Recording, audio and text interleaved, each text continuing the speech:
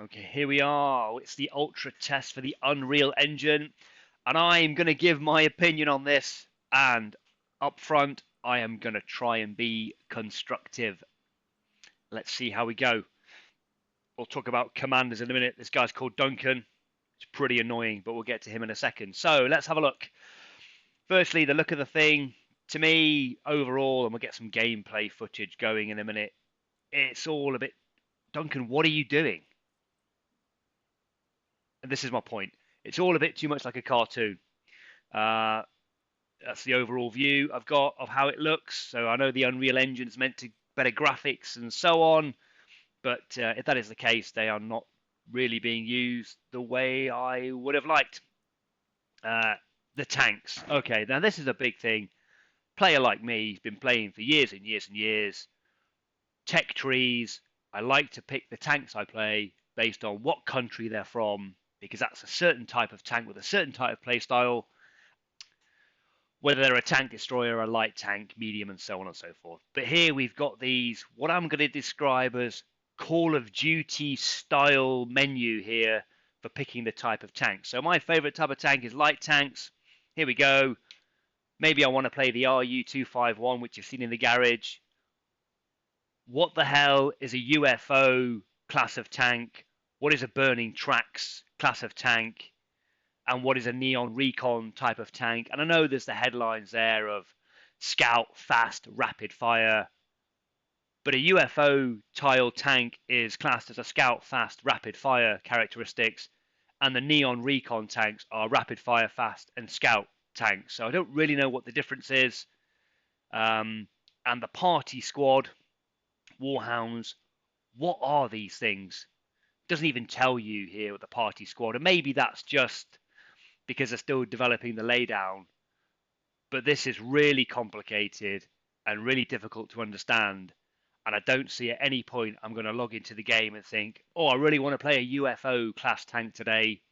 What I'm going to say is I want to play a German light tank, or I want to play an American heavy tank. And that goes the same for the heavy tanks, the piercing pikes, the war hogs. All of these names don't mean anything, and some of the tags attached to them are pretty much the same, so you're never quite sure what one of these characters, what one of these tiles, the particular tank is that you're looking for is going to be in. So overall, confusing. And then what's this down the side here? Oh, the Burning Venom class. Oh, I really want to play a Burning Venom tank today. What's in there? No, sorry, actually, I didn't want to play any of those. I wanted to play something else. So, sets for me, not good. Just generally not good. Nothing wrong with a tech tree. And I would say my overarching message here is if something's not broken, don't fix it. And I don't think the tech tree method of selecting a tank was broken. So why are we doing this? I really don't know. Commanders, here they are. Loads of talk about these. And I think the general consensus is that the message has hit home that these are not very popular. And if they want to change the crew skills method, that's absolutely fine. But there's more to these commanders that's annoying than just the way they look. And I'll get onto that in a second when we go into some gameplay, which we will do in a second. To be honest, I've not really bothered myself to look at how the steel works and how the credits, because this is still in development. To me, it's about how does the game look and feel when you play it. And to be honest, it's not great. It actually took me 15 minutes when I first logged in to find the RU-251. And I picked this tank because I know how to play it. And therefore, if I was trying out a new type of game, I would know where the tank had changed in terms of its characteristics. So let's get into some gameplay and see how we get on. Okay, so here we are at a game. And straight away you can see the cartoony style appeal of the bar at the top. This will be a hole-in-one game. And there we go. Duncan, straight off the bat, this is going to be a hole-in-one game. Dude, what are you talking about? And why does somebody who sounds like they're from the scene of Braveheart are you sat in a German light tank? Doesn't make sense. Does not make sense. I also don't know how they are matchmaking. Are they doing it based on the tank tier, the tank type, medium, light, or TD, or are they doing it based on how many people are running super neon category tank or whatever that is? Again, I am not quite sure. And although they've done loads of work to improve the graphics, okay, so that's the other annoying thing. In the current game, the red bits are the bits you don't shoot, and in this game, the default is the red bit is the bits that you do shoot. Now, why that's the default, I'm not quite sure. So if you do play this game for the first time and wonder why you're shooting at the non-red bits of the tank and no damage is being done, then that is why, because they have made a change that probably didn't need to be made. But overall, it just looks and feels like a cartoon.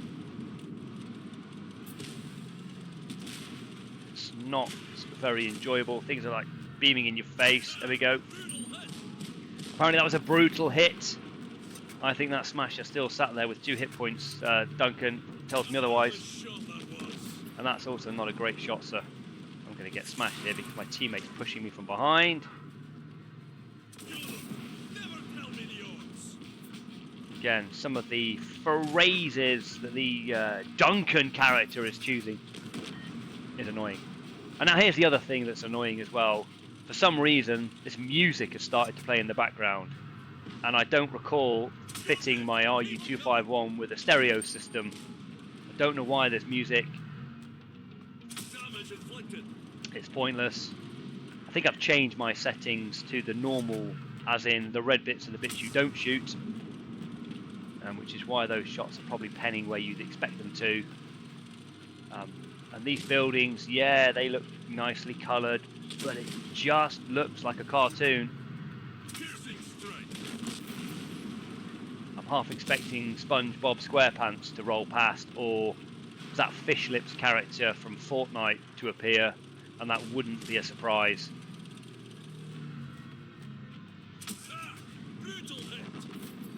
So there we go, we won that one. Wasn't really paying too much attention to the game, just more the way it played. So I think the commander's situation is in discussion from the video that they released the other day about how unpopular it is.